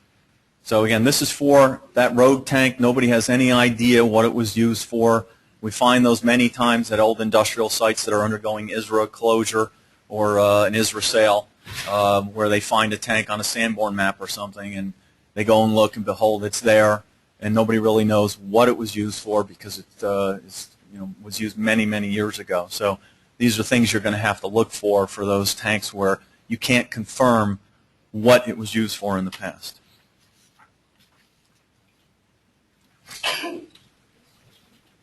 Next slide, Joe. This is a table that's been taken out of the tech regs. It still exists, and we thought it was appropriate, and we put it in our guidance. It shows the minimum number of samples that should be collected for various tank sizes. And notice the tank sizes start with 56 to 2,000 gallons. A 55-gallon drum is not an underground storage tank. That's an area of concern, but it's not an UST where you can use this guidance to do appropriate remedial measures for. So follow this guidance as far as the number of samples to collect based on the tank size. Obviously, you're going to encounter some different tank sizes, and use this table as best you can to fit it into the scenario using your professional judgment that exists at your site. This is also specific to tanks that are staying in service, not the ones that are undergoing closure. We'll be talking about them later. So you got a tank that's in service. You've got to do borings around it. Again, maybe it's an ISRA triggering event. The site doesn't have leak detection for some reason. We want you to space the number of borings equidistantly on the sides and collect at least one on each end based on, again, that chart that was on the previous slide. In this scenario we've laid out, we got a 15-foot tank, so we've done 2 samples on each side spaced about 5 feet apart and then 1 on each end. Now, we've recognized that there are problems where you may have a tank field, where you've got tanks side by side. And one of the things we discussed at length on the committee was, what do you do about that? How do you deal with the space between the 2 tanks? And we all agreed for safety reasons, we don't expect anybody to try and poke holes between 2 tanks. They're going to stay in service. Focus around the perimeter of the tank field and not worry about those sides that abut each other when you got 2 or more tanks sitting side by side. Borings should be collected within 2 feet of the tank, if possible, recognizing that it may not always be possible, and that's what our next slide is going to cover. Oh, too far. If you can't get them within 2 feet of the tank, we prefer that you do it within at least 5 feet of the tank system, again, spaced equidistantly around the tank system. You know, it could be because you've got an extra large excavation, there's a lot of bedding gravel in there. Maybe there's concrete pads above it that are prohibiting you from getting within 2 feet of the tank sides. You may have utilities. I've seen many times where you got gas lines or electric lines that are installed over the top of tanks. So you may have to deviate from that 2-foot distance that we prefer you to be from the tank system. So we say try to get them within at least 5 feet of the tank sides and ends, and then also take a groundwater sample in the down gradient expected direction of flow. When you're doing your borings, we want you to field screen those borings from the surface down to the depth that you need to take your sample, stopping a few feet below the bottom of the tank or bedrock if that's encountered first. So continuously screen those borings the whole way down. And then we want you to take your sample at the 6-inch discrete interval. You know, we don't do composite samples, never have, never will. Highest field readings, we want you to take it from there. Or if you see signs of staining like this slide implies, we want you to take it from there. And we want you to collect it regardless of the presence of groundwater.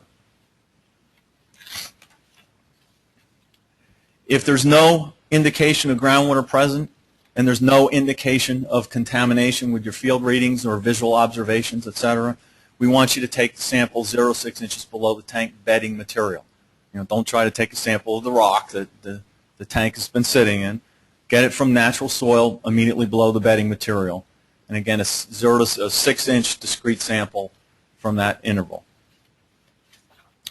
Now, if you do have groundwater present, there's a couple different scenarios we ask that you follow with the guidance, depending on whether you're dealing with an LNAPL or a DNAPL. Now, the US program, we had some people sit in during our committee meetings, and they've been looking at results for years where tanks were pulled and samples were not collected below the water table, even though it was a floater or an LNAP. And they're finding that we've got cases that are going on and on and on for years in the CEA phase because contamination was missed. So they helped us put together this part of the guidance, and they're saying if it is an LNAPL, we do want you to take the sample above the water table. If it's a DNAPL, you're still going to go below the water table and take it from, again, the interval 0 to 6 inches below the bedding material. And then if you've got that scenario where you're not sure, you may have had a LNAPL and now it's a DNAPL or vice versa, we want you to take samples following both these scenarios, right above the water table or below the bedding material to cover that potential. Okay, I'm going to take over at this point. We're going to be talking about site investigation of us undergoing closure. So the first thing, if the product in the tank, you don't know what the product was, you want to grab a sample of the product or the residue in the tank and use the appropriate analytical method to try and identify what the contaminant is. Whatever method that is should be included in the QAP. I think that's under the regulation. You want to document as the closure is occurring using photography and through a written description the condition of the tank as well as the excavation, looking at cracks, holes, any corrosion and whatnot. If there's a spill that occurs during the tank removal, that needs to be documented, what the product type was, the amount that was spilled, and what the action is that was taken. Moving on, while you're conducting the closure, the sample should be taken the same day as the tank's being removed. If you're dealing with VOCs, you should be using field screening instruments while you're excavating. If there are semi-volatiles, number 4, number 6 fuel oil, for example, you should be looking for staining and odors. And when you take your samples, try and bias them to the location of the highest concentration or suspected concentration. No biases, then basically using your professional judgment. When there's no groundwater encountered in the excavation and there's really no indication of contamination, typically what we're going to ask is or recommend is sampling every 5 feet along the center line of the footprint of where the tank was at the 2.5 feet from either end of the tank, and then 5 feet increments. This is a scenario where you're looking at a 15-foot tank, so you're talking about 3 samples. And if the excavation goes beyond the initial excavation of the tank, we basically refer you to 6.3.1 of the soil investigation guidance document, which is I think in the remedial action section. Okay, this is basically more or less the side view of that picture you're just looking at, trying to give you an indication of the depth of the samples. 0 to 6 inch discrete samples again, immediately below the excavation. If you encounter bedrock, immediately above the bedrock. If there's insufficient soil to collect a soil sample, then we recommend that a groundwater investigation be initiated. And again, bias your samples to highest contamination. If there is groundwater in the excavation and you're looking at an LNAPL product, we're recommending that samples be taken, 1 sample for every 30 linear feet of the excavation sidewalls, a minimum of 1 per sidewall. The sample should be taken at the 0 to 6 interval above the water table or high water. If it's a DNAPL, next slide. You want to take the samples along the center line of the footprint of the tank at the bottom of the excavation. And if it's unknown what the product was, or if you had both DNAPLs and LNAPLs in the tank, then we recommend you do both types of sampling. If you have a concrete pad that the tank was placed on, if there's no cracks in the pad, we are recommending that you take samples 2 feet, within 2 feet of the pad, as close to the pad as possible, basically. Again, one sample per 30 linear feet of pad, and you bias them to where contamination is located. If there is cracks or the pad's degraded, then we recommend that you take a sample from beneath the pad in the area where that compromise occurs. If there's groundwater in excavation, we basically would have you go back and do the sampling like you had in the previous samples for when you didn't have a pad in the excavation. Okay, moving on to when you're closing an underground storage tank in place. Basically, we recommend that if at all possible, you pull the tank. It's usually best for all parties involved. However, there are scenarios where we do allow for tanks to stay in place. If there's no contamination detected above the remediation standards, then we allow the tank to be closed in place. Or if there is evidence but removal is not feasible because there may be a structure that may be compromised or it's underneath something and you just can't get to it. So when it's embedded in place and there's no groundwater present, we ask that, or we recommend that samples be taken within the tank itself. If you're boring through the tank bottom, again, it's going to be 2.5 feet from either end, and then 1 per 5 feet of tank length, 0 to 6 inches below the bottom of the tank bedding. That's only if you, I mean, I understand that typically when you're talking about a closure, you're not going to always have access to the tank, but this is in the best scenario where you do have access to at least to the top of it. Okay. If there is groundwater in the excavation, we don't want you punching holes through the bottom of the tank. Basically, you're going to want to take the samples around the tank at that point. And it's basically the same as we talked about before. If it's an L-NAPL, it's going to be the 0 to 6 inches above the high water table. D-NAPL, the 0 to 6 inches below the bedding. And if it's both, then both.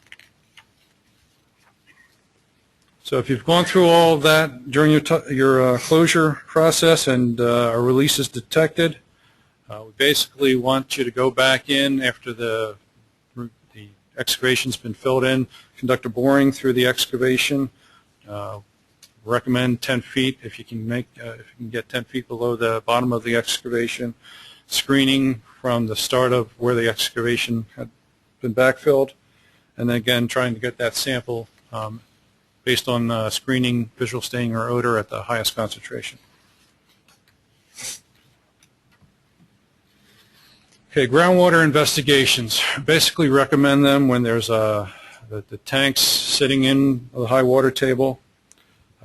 If the sampling that's been recommended here was not able to be conducted for in-service tanks, if you couldn't get in with it within that 2 feet, if you have an impacted groundwater number that, or a sample that's going to exceed the impacted groundwater number, or if you look at the groundwater investigation guidance document and any of the indications there trigger groundwater investigation. And again, that first step is basically taking the groundwater sample 10 feet down gradient of the tank system. Now for piping, the guidance basically, again, refers you back to the soil guidance document. What you're going to be doing is looking at the piping, taking a sample immediately beneath the piping itself, at least that depth, within 2 feet of the piping, one sample per 15 feet. If you've got over 50 feet of a run, then you can reduce the frequency. If you've got pipes that are within 2 feet of each other, they can be treated as one pipe. And basically you want to try and get the samples or bias the samples to areas where there would be more potential for release, such as joints or dispensers and things like that. They do allow for a video inspection for relatively new piping systems that have leak detection, but that's covered in the soil guidance. Okay, if you're planning on putting the soil back that came off the top of the tank, the soil that was excavated to get to the tank itself, That doesn't need to be sampled if there's no evidence of a discharge, and it can be put back into that specific excavation. But in general, if you're looking to reuse any contaminated soil from an excavation, you should follow the alternative and clean fill technical guidance document. So you've gone through all that. Now it's basically decision time. If you've got any contamination above remediation standards, you're going to need to conduct a remedial investigation and a remedial action. If you don't detect anything or it's not above the standards, then a remedial action outcome can be issued. I think that is the end. Next slide. That's the end. A couple other things I wanted to point out before we get to questions. DEP is not reviewing and approving permits for tank closures anymore. You have to do that online. We're still getting paper applications coming in, the 14-day notices, and we're sending them back to the consultant saying, we've stopped doing this after 2009. It's considered a new case. You have to go LSRP, and you need to do these online. So don't submit them to us for review and approval. You got to do it online. Yep. Okay, we're going to open it up to questions to the audience. Again, just to remind you, we need just wait for us to get a mic to you. Oh, wait for us to get a mic to you. Here we go. Just a minor detail, but with the overburdened soils doing the UST removal, could you add some clarification as to what do you mean by a discharge with respect to discharge to the overburdened soils or discharge at all to the UST system? Many times UST is removed. It could be a large UST and the overburdened soils appear clean, yet there's a subsurface discharge. So We're basically talking about the soil that's been removed. So it's a professional judgment for the overburden. That's correct. If you don't see a physical evidence of contamination in that soil.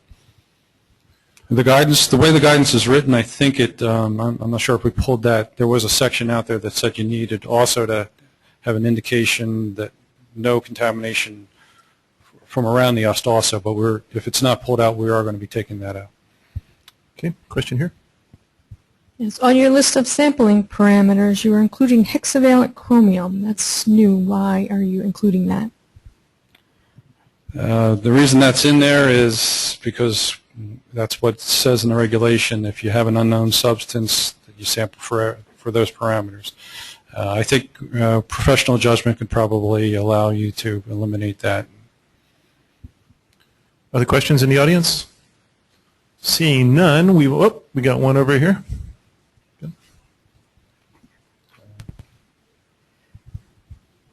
Okay, under the assessment, when a part of the UST was repaired or replaced, do you have to document who did it and whether they were a approved licensed person or not, or who did it?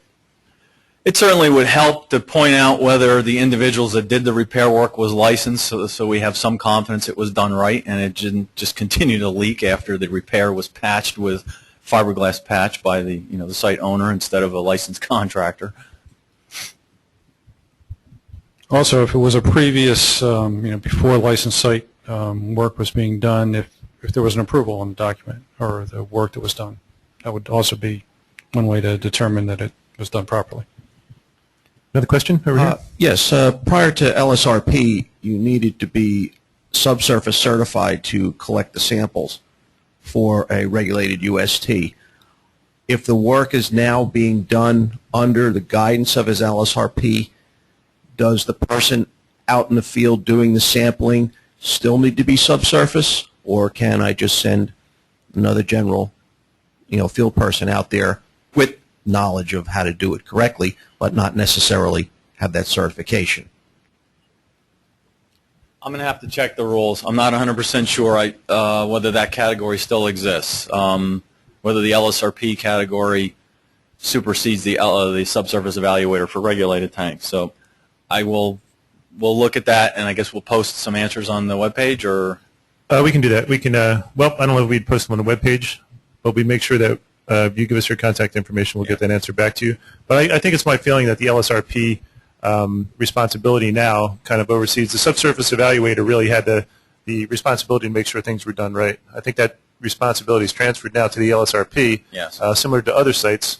where they're responsible for the overall project and everything that was done. So they have to check the work whoever's doing, the work for the underground storage tank work.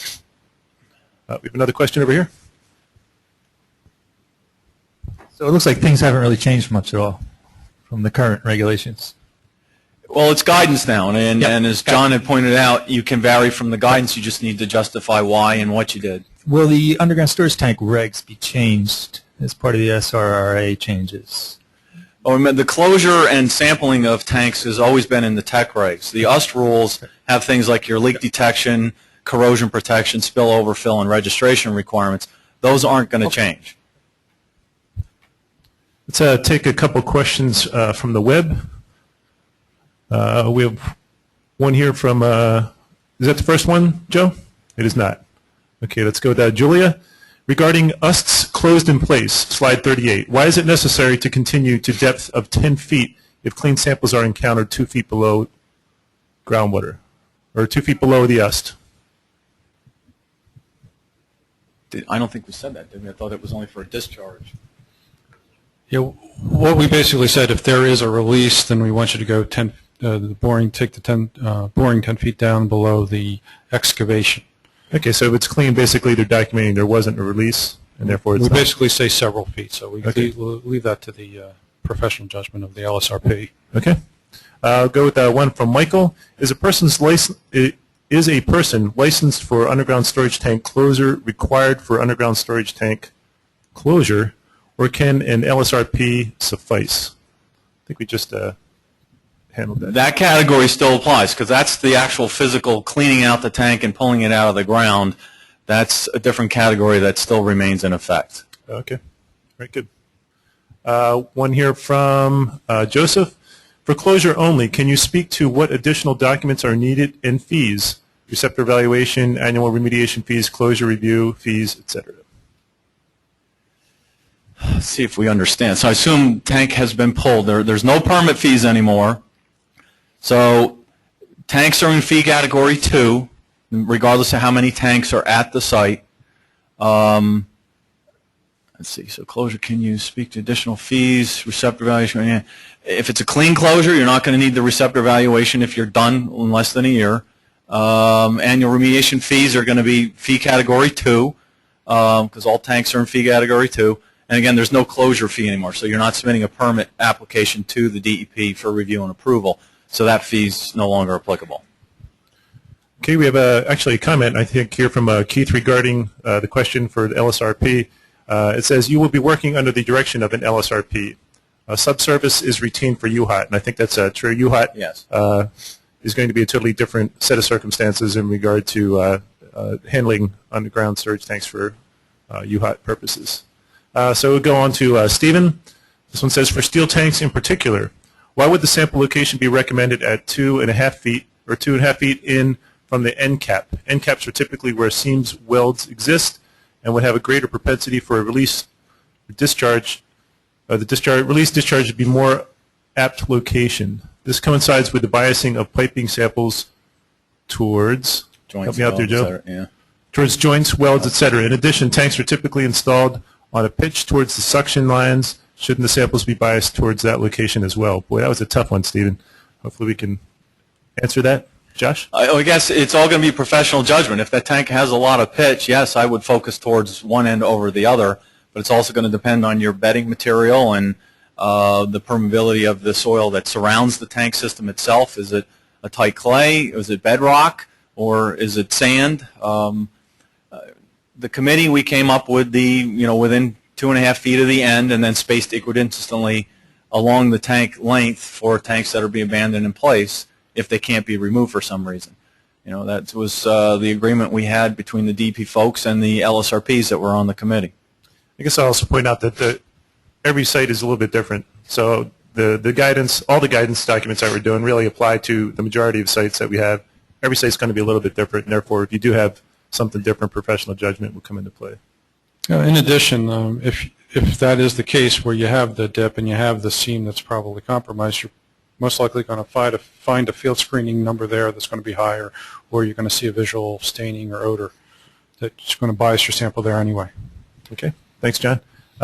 Question from Kevin. Thanks, Joe. Would additional investigation be required if EPH results of soil samples collected through the UST for an abandonment and had concentrations of, say, 500 ppm or so? Should the NJDEP hotline be contacted of the release or potential release? Would further investigation be required? That's one of my favorite questions.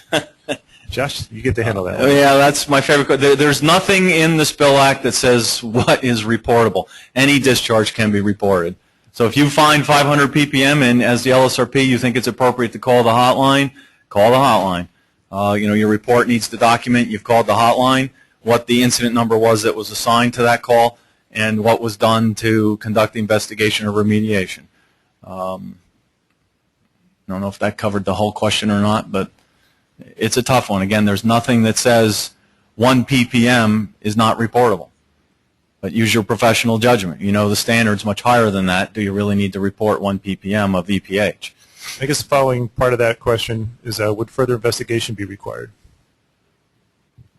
Depends on what. It's all professional judgment at that Well, point? it's professional, and it depends on what your contaminants are. If you're chasing number 2 fuel oil or diesel fuel, I believe the current standard is 1,500.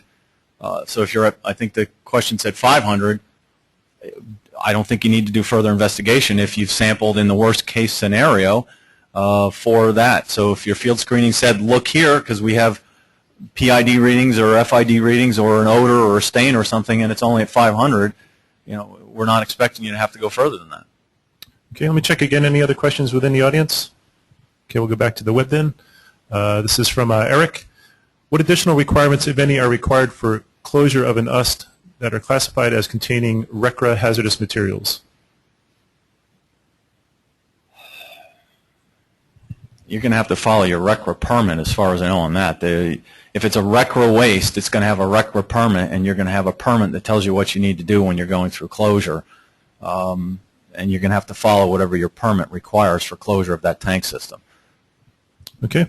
Go back. Here's a question from Julia again. Regarding impacted groundwater triggers, if triggered, but representative monitoring wells exist on site, are additional wells warranted at that time? And do soils exceeding the impacted groundwater require delineation? It's really going to be based on where those monitoring wells are. If it's downgrading of the underground storage tank and it's within an area that would be picking up any contamination, then I wouldn't see that you would need to put additional ones. But it's professional judgment on the LSRP's part. Okay. We have a question from Michael. If a discharge is observed when UST removed, is the sampling 1 per 5 feet still hold, or can we dig out contamination and collect regular post-X samples?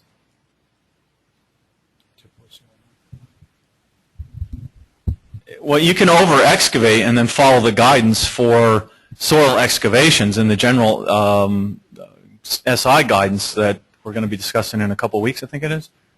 Yeah, we've got May 4th. We've got general guidance for excavations beyond a certain perimeter size and how many samples you collect. So that is an option that you can follow to over-excavate if you do have contamination, and then follow the SI guidance for, or soil guidance, sorry, for large excavations exceeding certain sizes. Okay, we have a request for a clarification from Keith that says, I believe Category 1, 450 applies if non-leaking underground storage tank. Yeah, I think, yes, you're correct. If you get it into us within a year or less than a year, it is Category 1. If you exceed the year time frame, then you're in Category 2 automatically. Okay, thanks. So one from Michael. For UST closure, it was my understanding that an LSRP has to be on site for the UST closure and sampling activities, and either the LSRP or his designee can collect the samples. Is this still true, or can the LSRP direct the sampling from his office? I wouldn't feel comfortable directing sampling from an office.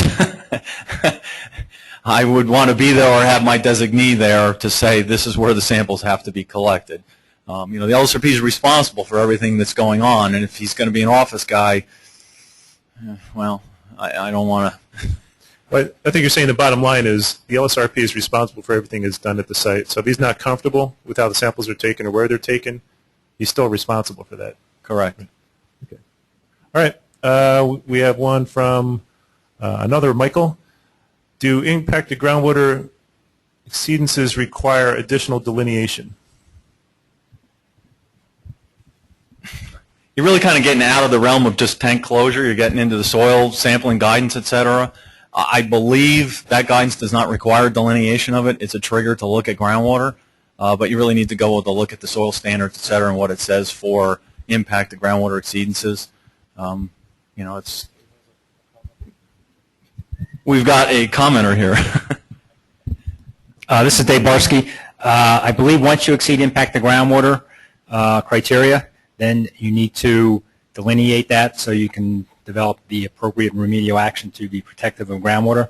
And I don't know if anybody from the ETRA group is here that may want to clarify that. I don't see anybody, but I believe that is the case.